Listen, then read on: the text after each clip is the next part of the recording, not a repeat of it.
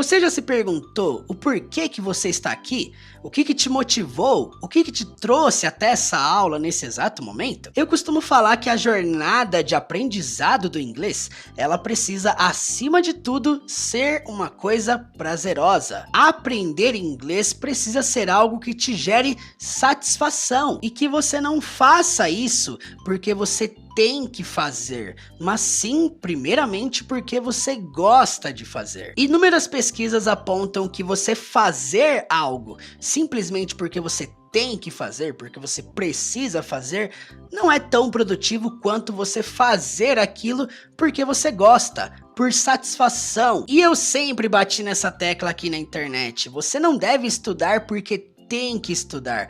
Você deve estudar porque você gosta de estudar. E o que eu quero dizer com isso? Estudar não precisa ser algo maçante, não precisa ser algo chato, não precisa ser algo sem graça. E se você está me assistindo aqui porque simplesmente você sente prazer no estilo das aulas, no formato que nós utilizamos para ensinar inglês, com filmes, séries, músicas, textos, como nós vamos ver aqui hoje, se todo esse método que nós utilizamos aqui para ensinar inglês te gera uma certa satisfação, um prazer em fazer isso, você precisa conhecer a minha jornada do zero à fluência. Eu desenvolvi um curso completo que vai do mais básico até o mais avançado, ensinando todo tipo de estrutura que você vai vivenciar no inglês. Dentro desse curso você vai encontrar aulas de diferentes estilos. Aulas com filmes, aulas com séries, aulas com músicas, aulas com textos, aulas com discursos, aulas com notícias, aulas com temas gramaticais, aulas sobre phrasal verbs, aulas com textos bíblicos, aulas com histórias infantis,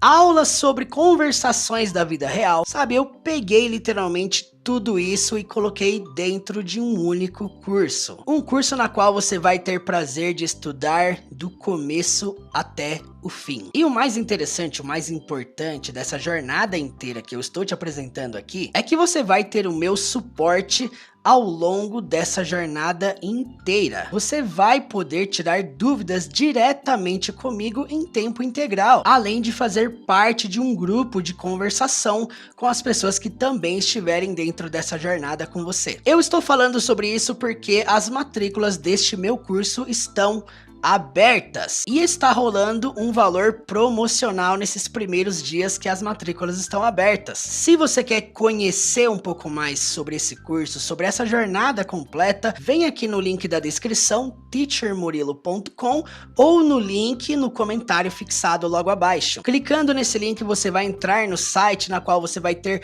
todas as informações sobre o curso. Dentro dessa página tem um link que vai te encaminhar diretamente para o meu WhatsApp. Lá você poderá tirar dúvidas comigo sobre qualquer coisa que eu falei aqui sobre o curso Teacher Murilo 1.0. Se você quer fazer parte dessa jornada comigo, vem aqui no link na descrição ou no link no comentário fixado e embarque nessa jornada comigo do zero à fluência. Let's bora? E como você viu, está começando mais uma aula aqui do canal e hoje é uma aula especial. Hoje nós vamos analisar aqui um texto que retrata o nascimento de Jesus. Dentro da Bíblia, os primeiros 4 livros do Novo Testamento, os evangelhos Mateus, Marcos, Lucas e João, são os livros que retratam a vida de Jesus, a história de Jesus. E o texto que nós vamos analisar está descrito no livro de Lucas, o terceiro evangelho, lá no capítulo 2.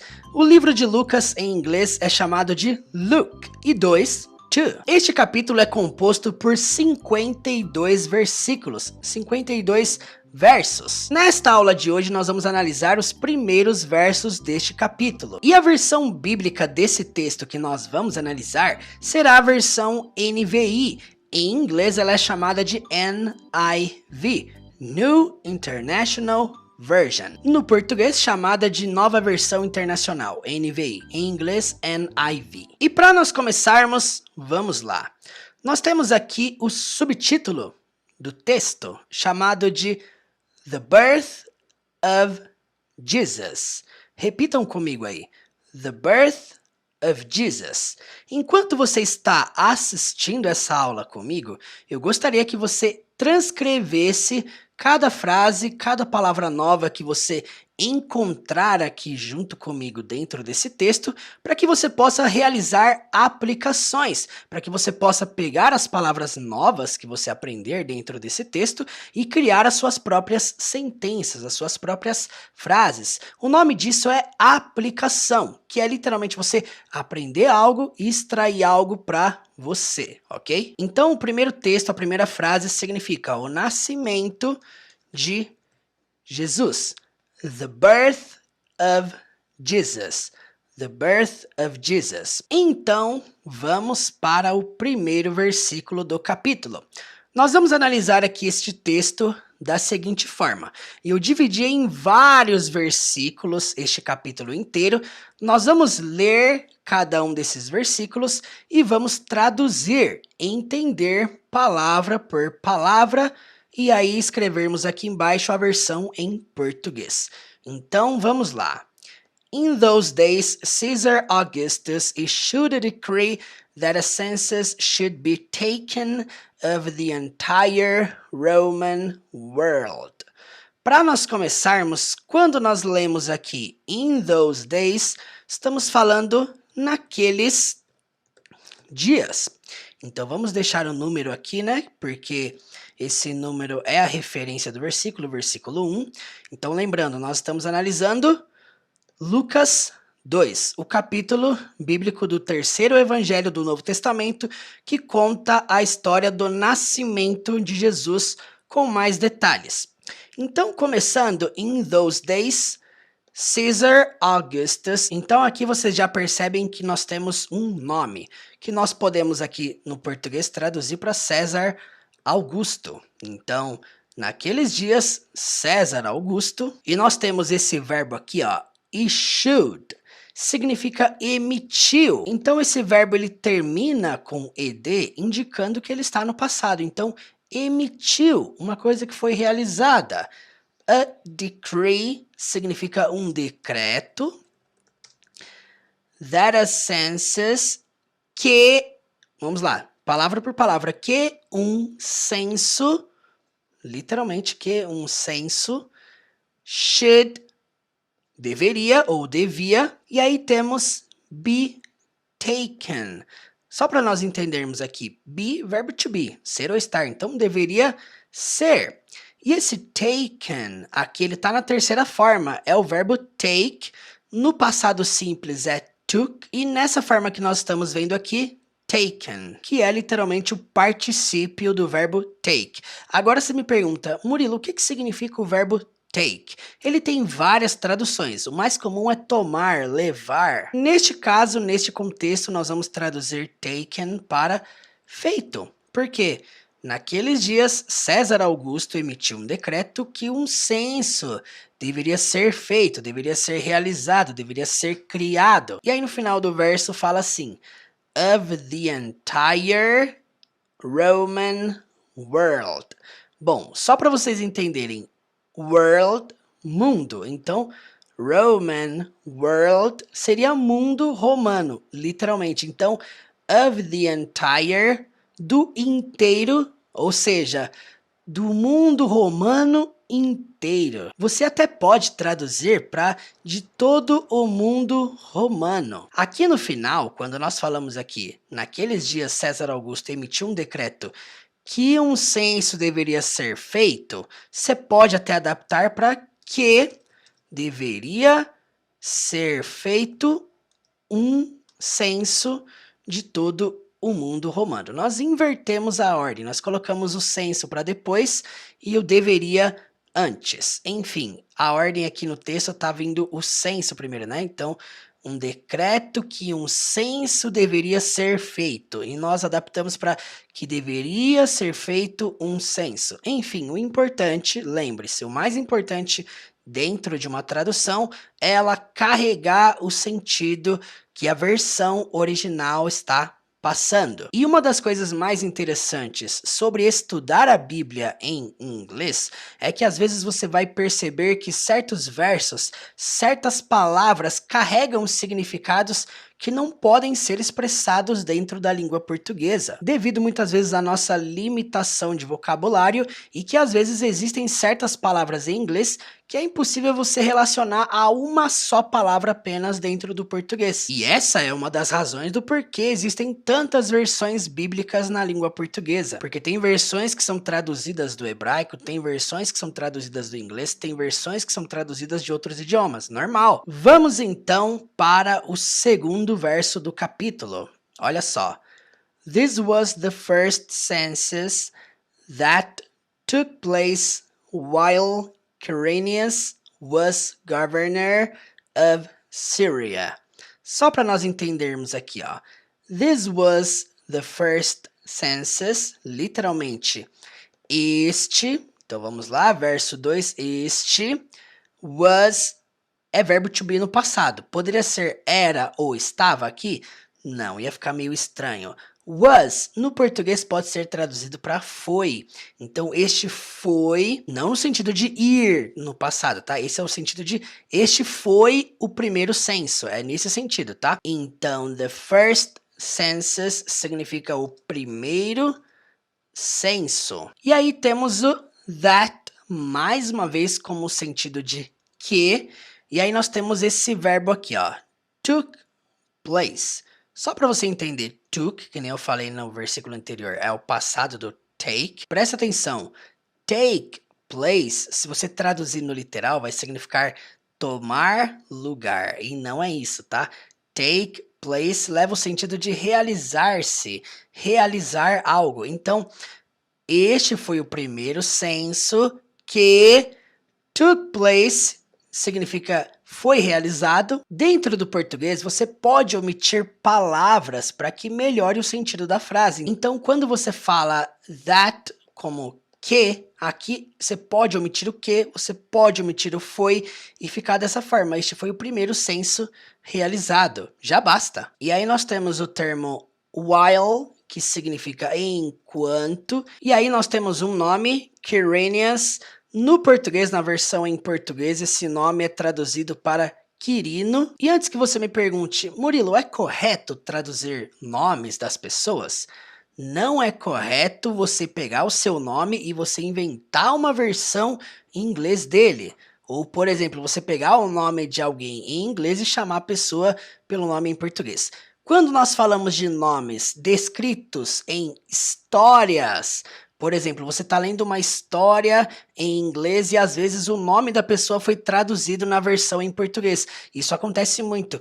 Isso acontece 100% dentro da Bíblia. Então, literalmente, todos os nomes bíblicos que você conhece em português, todos eles em inglês têm um formato diferente. Então, Mateus, você tem Matthews, João, você tem John. Para você ter uma ideia, o livro bíblico Tiago, tem um livro na Bíblia chamado Tiago.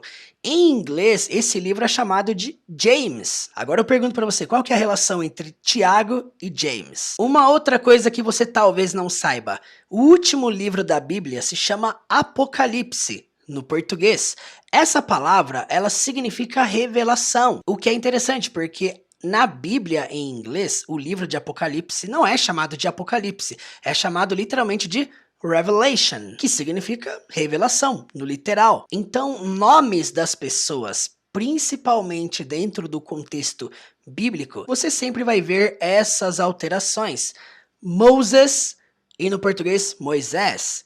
Jonah, e no português, Jonas. Você vê, por exemplo, o nome de Noé sendo chamado em inglês de Noah. Enfim, só para você entender que nomes na Bíblia são traduzidos para cada idioma de um jeito. Então, Pedro, Peter, Paulo, Paul, Davi, David e por aí vai. E aí no final do verso aqui nós temos was governor of Syria. Verbo to be no passado, was, então era governor of Syria. Governador da Síria. Temos então a tradução aqui do segundo verso. Repitam comigo aí, ó. This was the first census that took place while Quirinius was governor of Syria. E então vamos para o terceiro versículo do capítulo 2 de Lucas. Vamos lá. And everyone went to their own town to register. Bom, só para nós começarmos aqui, ó. And significa e. Everyone, todo mundo, literalmente, ou todos.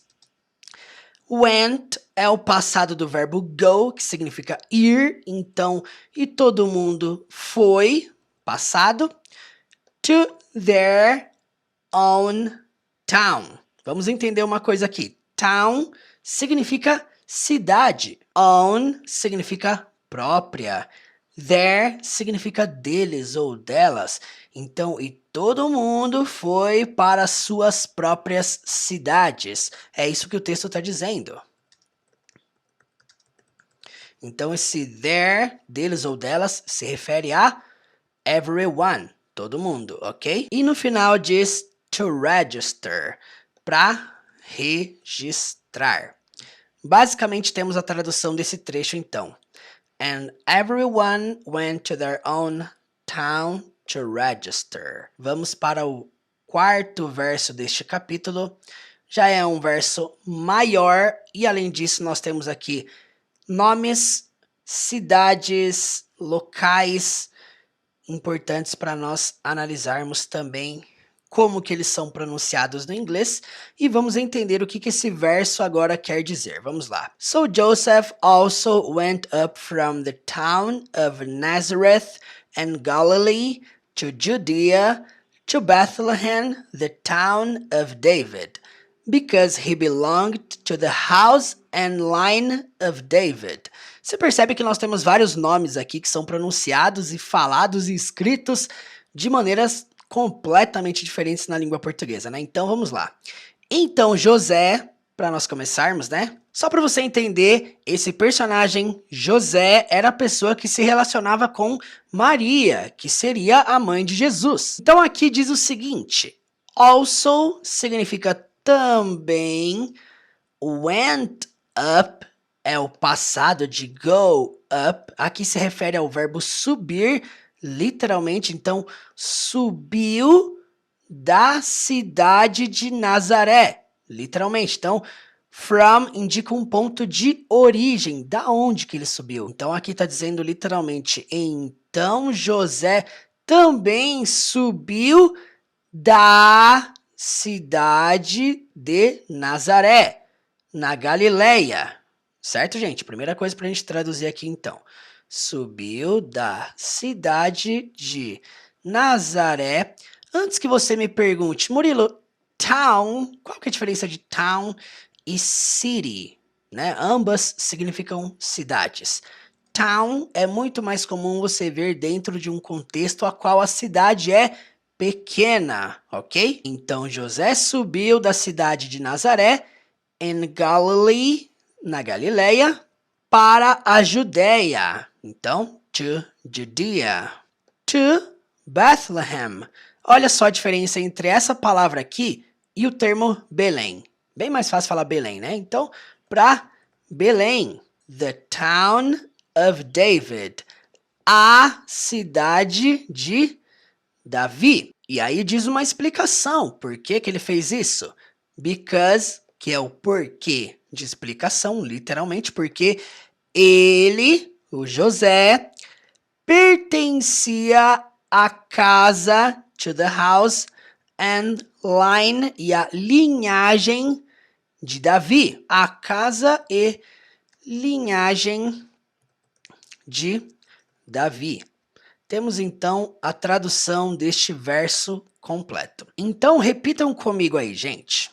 So Joseph also went up from the town of Nazareth in Galilee to Judea, to Bethlehem, the town of David, because he belonged to the house and line of David. Vamos então para o versículo 5 do capítulo de Lucas. Vamos lá. He went there. Então, ele foi para lá, literalmente. Então, there é quando você não quer citar a localização. É igual no português. Você foi lá. O que esse lá representa? Uma localização que eu não quero citar. Então, você foi lá? Lá onde? Esse lá refere-se a algum local que dentro de um contexto a pessoa já sabe que local que é. Nós, quando lemos he went there, ele foi lá, esse lá a gente já sabe que é se referindo a Belém. Em inglês, Bethlehem, né? Então vamos lá. Ele foi para lá to register with Mary. Significa para se registrar com Maria. Então, Maria, no português, a mãe de Jesus, em inglês é utilizada como Mary.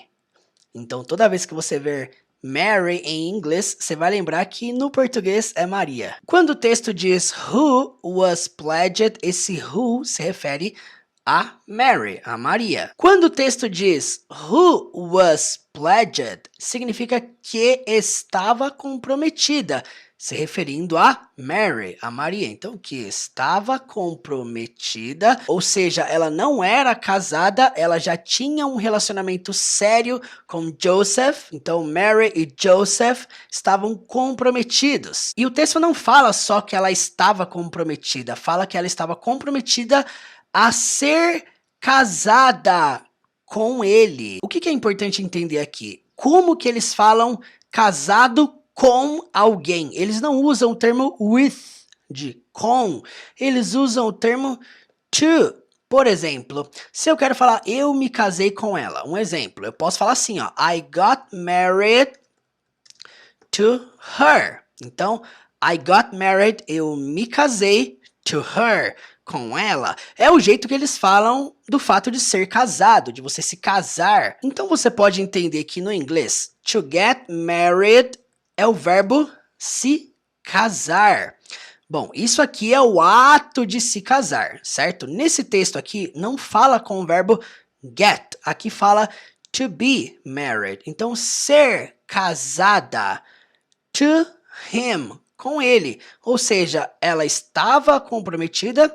Vamos entender o texto inteiro. Ele foi para lá para se registrar com Maria. Lembrando uma coisa muito importante, esse registrar aqui que nós estamos falando, né? Para se registrar com Maria, trata-se do registro do primeiro verso que nós lemos aqui. Como nós lemos aqui, César Augusto emitiu um decreto que um censo deveria ser feito de todo o Império Romano, de todo o mundo romano. E aí nós vimos no verso 4 que José voltou para sua terra natal para se registrar lá. E aí no verso 5 nós vemos que ele foi para lá para se registrar com Maria, que também já era de Belém. Então, he went there to register with Mary. Então, ele foi para lá para se registrar com Maria, who was pledged, que estava comprometida, to be married to him, a ser casada com ele. Podemos adaptar para a se casar com ele. E aqui fala o seguinte, and was expecting a child, e estava esperando um filho. Literalmente temos a tradução desse trecho. He went there to register with Mary, who was pledged to be married to him, and was expecting a child. Ou seja, como nós podemos ver, Maria já estava esperando um filho, um fato que é explicado com mais detalhes no capítulo anterior deste capítulo que nós estamos lendo. Lembrando que nós estamos analisando aqui o capítulo 2 do Evangelho de Lucas. O fato que conta como ela engravidou, a conversa dela com o anjo Gabriel é contada no capítulo 1 do livro de Lucas. Já este capítulo que nós estamos conta mais sobre o nascimento e não sobre o processo da gravidez. Então, partindo para o verso 6, vamos lá. While they were there, the time came for the baby to be born. Precisamos entender que while, como nós já falamos aqui, é enquanto. They were there, eles estavam lá. Literalmente, they were there, eles estavam lá. The time came, o tempo chegou. E então o texto diz, for the baby, significa ao pé da letra para o bebê. Só que tem um detalhe aqui, não podemos traduzir dessa forma porque tem um verbo depois. To be born é o verbo nascer. Ao pé da letra em inglês, eles falam da seguinte forma, ser gerado, ser parido, necessariamente assim mesmo. Então, podemos adaptar esse final aqui simplesmente para o tempo chegou do bebê nascer, basicamente. Poderíamos adaptar o tempo chegou para chegou a hora do bebê nascer. Poderia ser também, seria uma tradução mais ideal. Portanto, while they were there, the time came for the baby to be born. Vamos então para o verso 7. Chegamos no momento do nascimento de Jesus. Vamos lá. And she gave birth to her firstborn, a son. É bem estranho, é bem esquisito como que essa frase foi estruturada. Nós não podemos traduzi-la ao pé da letra, senão vai ficar uma coisa meio esquisita mesmo. Por que que a gente não pode traduzir ao pé da letra? Senão vai ficar algo mais ou menos assim, ó. E ela deu nascimento ao seu primogênito, um filho. Fica bem estranho, né? Como que a gente pode adaptar então? And she gave birth pode ser e ela deu à luz, fica bem melhor, né? E ela deu à luz ao invés de ela deu o nascimento, fica estranho, né? To her firstborn. Se você pegar esse termo aqui, ó, firstborn, first, o prefixo first significa primeiro. Born, como nós falamos, tem a ver com nascimento, gerar, portanto, firstborn significa primogênito. E quando fala to her, esse her significa dela, ou seja, ao primeiro filho, ao primogênito dela. Então, nós podemos adaptar to her firstborn simplesmente para seu primogênito. E aí no final do verso diz a son, um filho. E então a sequência do versículo diz assim, she wrapped him in clothes and placed him in a manger because there was no guest room available for them. Vamos lá. Quando o texto fala she wrapped him, significa ela o enrolou. Ela o enrolou aonde? In clothes significa em roupas. Podemos adaptar aqui para em panos. Podemos adaptar para ela o envolveu em panos dessa forma. E então o texto diz and placed him significa e o colocou. Então, para quem não sabe, placed é o passado do verbo place, que não significa apenas a palavra lugar, local. Neste caso aqui, place significa o fato de você colocar alguém em alguma posição. Então, nesse caso, colocou ele and placed him in a manger. Colocou ele em uma manjedoura. Para quem não sabe, manjedoura é isso aqui, ó. Então, temos a tradução desse trecho aqui, ó. She wrapped him, ela o envolveu, in clothes, em panos, and placed him, e o colocou in a manger, em uma manjedoura. E aí, na sequência, no final do verso, explica por que que ela o colocou em uma manjedoura. Explica o seguinte, because, porque, esse porquê poderia ser um pois, o importante é dar uma explicação, o because tem essa característica de por que que ela fez isso, vai explicar por que que ela fez isso. Pois, there was significa o havia, só que aqui tem um no depois. Então, porque, pois havia nenhum. Você pode adaptar para não havia. Não havia o quê? Guest room.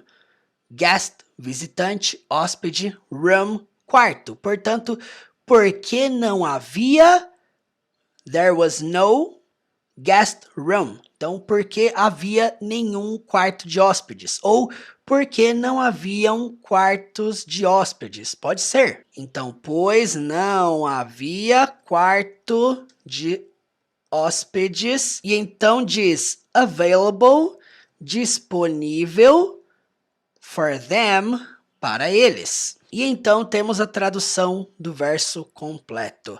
And she gave birth to her firstborn, a son. E ela deu à luz seu primogênito, um filho. She wrapped him in clothes and placed him in a manger. Ela o envolveu em panos e o colocou em uma manjedoura.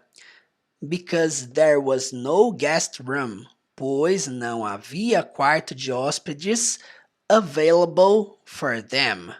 Disponível para eles. Temos então o verso 7 do capítulo 2 de Lucas, que conta o nascimento de Jesus. Bom, então só para nós fecharmos essa aula, até agora, até o momento, nós analisamos os 7 primeiros versículos, os 7 primeiros versos do capítulo 2 do Evangelho de Lucas, história que conta sobre o nascimento de Jesus. Então, para nós finalizarmos esta aula, eu vou ler com vocês desde o verso 1 até o verso 7, todas essas frases que nós analisamos até aqui. Então, vamos lá. The birth of Jesus. In those days, Caesar Augustus issued a decree that a census should be taken of the entire Roman world. This was the first census that took place while Quirinius was governor of Syria, and everyone went to their own town to register. So Joseph also went up from the town of Nazareth in Galilee to Judea, to Bethlehem, the town of David, because he belonged to the house and line of David. He went there to register with Mary, who was pledged to be married to him and was expecting a child. While they were there, the time came for the baby to be born, and she gave birth to her firstborn, a son. She wrapped him in clothes and placed him in a manger, because there was no guest room available for them. Portanto, nós finalizamos por aqui a primeira aula dessa série analisando histórias bíblicas. Espero que você tenha gostado dessa aula. Se você quer que nós continuemos analisando esta história, os versos seguintes, 8, 9, 10, 11, 12, comente aqui embaixo. E se por acaso você quer que nós analisemos algum outro texto bíblico, comente aqui embaixo também a sua sugestão. Não saia desse vídeo sem deixar o seu joinha, o seu like aqui embaixo. Isso me ajuda muito a continuar esse trabalho aqui na internet. E se você gostou dessa aula, não se esqueça de me seguir lá no Instagram, teacher.murilo. Lá eu posto dicas de inglês literalmente todos os dias. Muito obrigado pela atenção e até a próxima. Você tem interesse em aprender inglês comigo? Não só aqui no YouTube com aulas aleatórias, mas eu quero dizer de modo gradativo, partindo do absoluto zero ao nível mais avançado, se tornar fluente de fato no inglês, conseguir compreender músicas, assistir filmes sem legendas, ter capacidade de conversar em inglês com naturalidade e espontaneidade. Este é o objetivo principal do meu curso do Zero à Fluência, uma jornada que vai te conduzir a aprender o inglês da vida real de modo leve e divertido.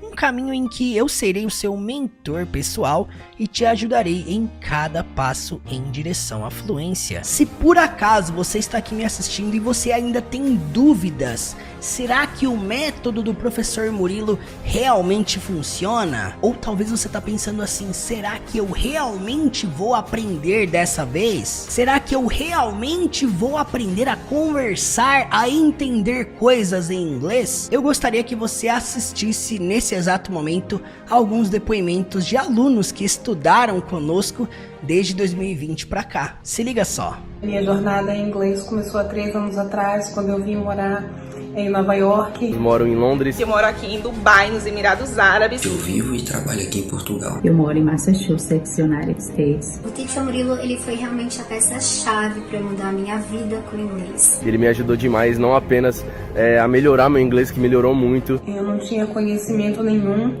a respeito de inglês. Comecei as aulas com o professor através de uma ótima didática, através de todo o acompanhamento dele. Eu não sabia nada.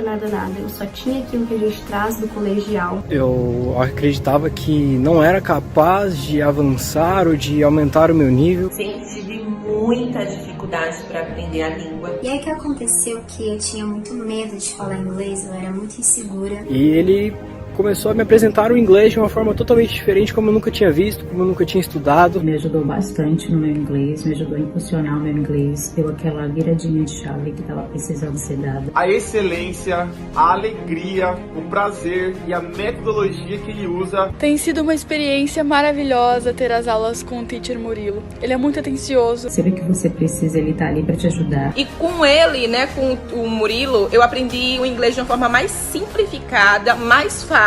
E ele me mostrou o quão é simples, prático e divertido de aprender inglês. As aulas são muito divertidas, didáticas, e ele é muito carismático também. Então a aula flui de uma forma muito leve, muito tranquila. E a metodologia dele de ensino é algo diferente de tudo que eu já havia visto antes. Existirão momentos difíceis, não é uma jornada fácil. Mas vai ter dias que você vai acordar motivado, vai ter dias que você vai falar, eu vou falar inglês. E hoje eu tenho a oportunidade de ser também um professor de inglês, né? Eu tenho trabalhado como professor de inglês. E ele me incentiva até hoje a dar aulas de inglês. Isso aí deve ser porque ele tem um coração muito grande. Hoje me sinto totalmente confiante para argumentar, para falar com qualquer pessoa em inglês. E hoje em dia, perceber a minha evolução, ver que eu reconheço em frases, em músicas, é muito gratificante. E é algo assim que é incrível quando você começa a ver os resultados. Se eu falar errado, tá tudo bem, porque faz parte do processo. Acho que foi uma das maiores lições assim que eu aprendi com ele. Hoje posso me considerar fluente na língua inglesa, graças à dedicação que o professor teve comigo. E hoje eu consigo assistir um filme, uma série, não preciso estar colocando o filme dublado. Ah, você só tem 3 meses de estudo? Sim, eu só tenho 3 meses de estudo, por incrível que pareça. E consegui entender coisas que antigamente eu tinha que mandar para uma pessoa traduzir para mim. Então isso é algo prazeroso, é algo que eu tenho prazer e eu tenho orgulho de mim. E é isso que importa, nunca desistir.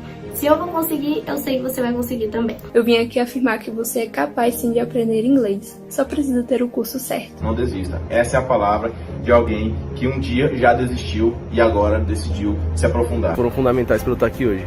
Então realmente super recomendo as aulas dele. Eu indico ele para qualquer pessoa que queira aprender realmente de verdade o inglês. É com ele. Teacher Murilo não tem pra ninguém. É o melhor que eu já conheci até hoje. Eu fiz e recomendo. E com toda certeza eu indicaria ele de olhos fechados. E querer que outras pessoas também sintam isso que eu senti e conheçam o inglês da forma que eu conheci. Muito obrigado, Teacher Murilo. Valeu, agradeço. Valeu, Teacher Murilo. Você é um cara incrível. Um beijo, teacher. And if I could give you some advice, I would say learn English. That's very important for your future. Especially when you have somebody like Teacher Murilo by your side. Thank you so much, Murilo. I really appreciate you. So, all I have to say is thank you, Murilo. And I'm so proud of you. Obrigada, viu? Estamos juntos nessa jornada. Tudo o que você viu até aqui é um reflexo, um impacto que um bom método pode causar na vida das pessoas. E eu sempre acreditei que a jornada de aprendizado do inglês, ela precisa, acima de tudo, ser uma coisa prazerosa. Uma coisa que automaticamente te gera empolgação. Uma coisa tão motivante a ponto de te conduzir a uma jornada passo a passo em direção à fluência. E não é sobre um método secreto, não é sobre uma fórmula mágica para aprender inglês. Não é sobre isso, porque isso não existe. Dentro dessa jornada de aprendizado, do zero à fluência, eu quero segurar na sua mão e te conduzir passo a passo e te mostrar que não importa de onde você vem ou para onde você está indo, qualquer pessoa que estuda do jeito certo pode se tornar fluente no inglês. E se você está aqui me assistindo e você tem o sonho de aprender inglês para poder viajar, morar fora, crescer profissionalmente, conseguir conquistar a sua liberdade para se conectar com qualquer pessoa ao redor do mundo. Se você quer isso pra você, se você quer vivenciar experiências semelhantes às que você viu aqui, se você quer também estudar comigo, fazer parte de uma jornada que vai te conduzir do mais básico até o mais avançado no idioma, se você entende, não, isso é pra mim, eu quero, eu vou, eu consigo, eu posso, se esse é o momento, se essa é a hora de você embarcar em uma jornada sólida, eficiente, que tem conduzido dezenas, centenas de pessoas em direção à fluência, se você entende isso, se você tem clareza disso, você vai fazer o seguinte, você vai vir aqui embaixo, no link da descrição, teachermurilo.com/do zero à fluência, ou no link do comentário fixado logo abaixo. Lá estão todas as informações sobre a jornada do zero à fluência. Além disso, se você tiver alguma dúvida, alguma pergunta sobre essa jornada, dentro desse link, lá dentro da página, vai ter um link que vai te encaminhar para o meu WhatsApp, onde lá você vai falar diretamente comigo. Então, corre aqui no link teachermurilo.com/do zero à fluência. Chega de procrastinar, chega de deixar para amanhã, chega de deixar para depois. Esse é o momento, essa é a hora, embarque nessa jornada rumo à fluência e vamos juntos. Portanto, antes desse vídeo terminar, clica aqui no link e eu te espero do outro lado na jornada do zero à fluência. Let's bora? Vamos lá!